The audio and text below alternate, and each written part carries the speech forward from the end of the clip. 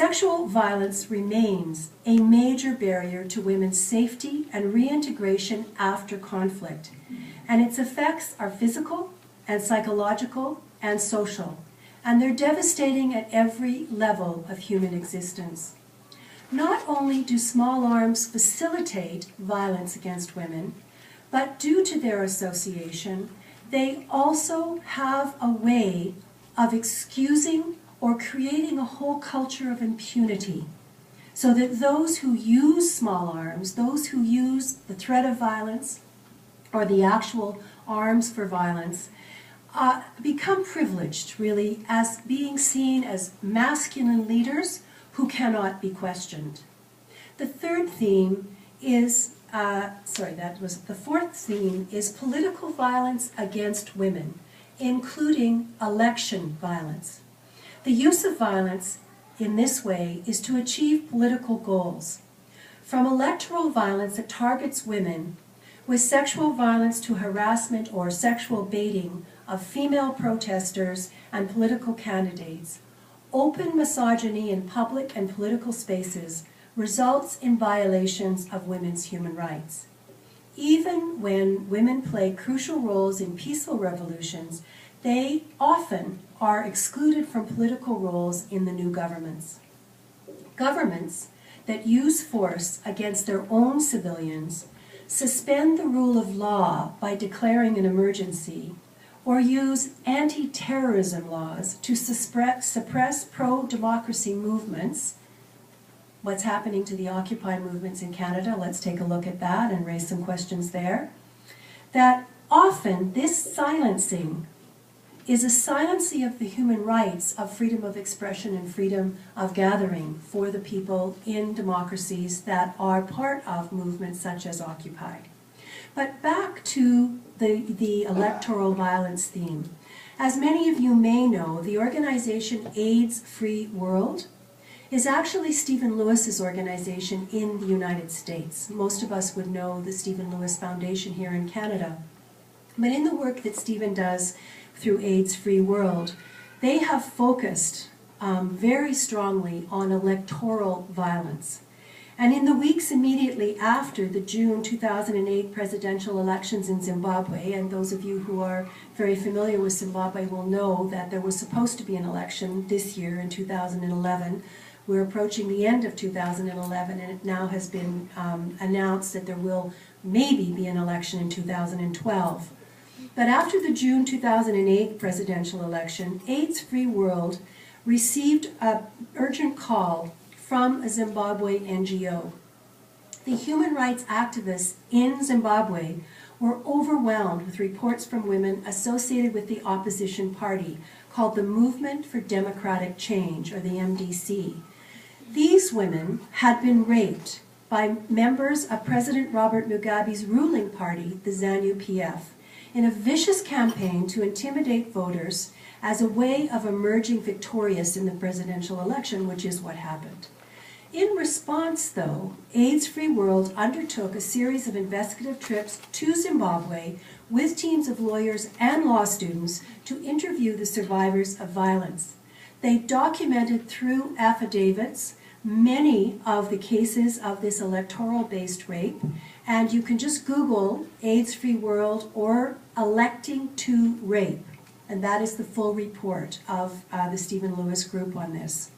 The fifth theme is sexual and gender-based violence committed by state agents, particularly the police or military. Even in places where there is no recognized conflict by international standards, we see militarized violence against civilians by uniformed personnel taking place. The G20 riots might be another example we could think about in Toronto not that long ago. Militarism tends to privilege a particular form of aggressive masculinity, and it uses this as a tool to assert power and to gather credibility for those who are strong leaders. Individuals in positions of authority may believe they can commit crimes with impunity, and the sad truth is that in most countries in the world, this tends still to be true, that indeed they can rape, they can intimidate, they can abduct, and they can use arms against unarmed civilians, and they are not called to account. And so when we have this discussion tonight, a couple of the things that we need to bear in mind are the extent to which, if we do, as we are starting to do, an audit of what is happening at home and in other parts of the world, there are some overarching facts that come to the surface. A whole range of studies across developing countries have indicated that about 13% of women suffer moderate to severe physical violence while they are pregnant. Nearly 50% of all sexual assaults worldwide target girls who are 15 or younger. These studies come from Jamaica, Mali, Tanzania, Zimbabwe, and they show that between 20 to 30% of adolescent girls have already experienced sexual violence. Another example comes from Thailand, where intimate partner violence is the leading cause of death for women and girls between the ages of 15 to 24. And sexual violence is increasingly recognized as a deliberate method of warfare, which was part of the reason for the suite of the Women, Peace and Security resolutions out of the Security Council. And even though now, but only since the mid-1990s, has it been recognized as a war crime, as I've mentioned, most of these rapes occur with impunity. No accountability, no system that actually makes the perpetrators responsible for the damage. And between 20 to 50,000 women were raped during the conflict in Bosnia. This was probably the first time that we saw rape being used as a strategy of war with command and control through the military structure, so that this became a preferred tool. And as Secretary General Ban Ki-moon has observed, this is one of the most vicious and efficient tools possible in war, because they save the cost of guns. The soldiers are trained to use their bodies as the weapon, and other objects as well. And you'll hear more about that when we talk about the Pansy Hospital.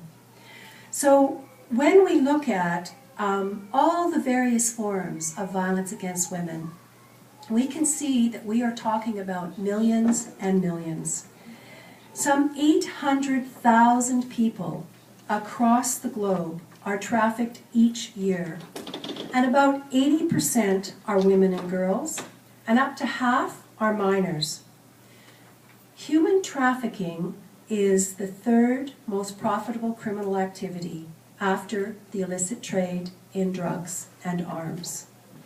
And so when we take an audit of violence, the militarism theme is very important, but those 5 sub-themes that show us the intersectionality around this violence and the way in which a culture of militarism and ideology that celebrates a certain kind of leadership, leadership with impunity to do whatever the leaders want to do to anybody subject to them, is really the focus of challenging violence against women and children through the 16 Days campaign.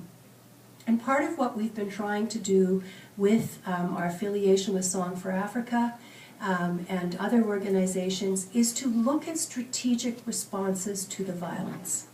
Some of those responses have to be about healing, because post-conflict countries will never survive if their women aren't capable of becoming fully engaged members of those societies.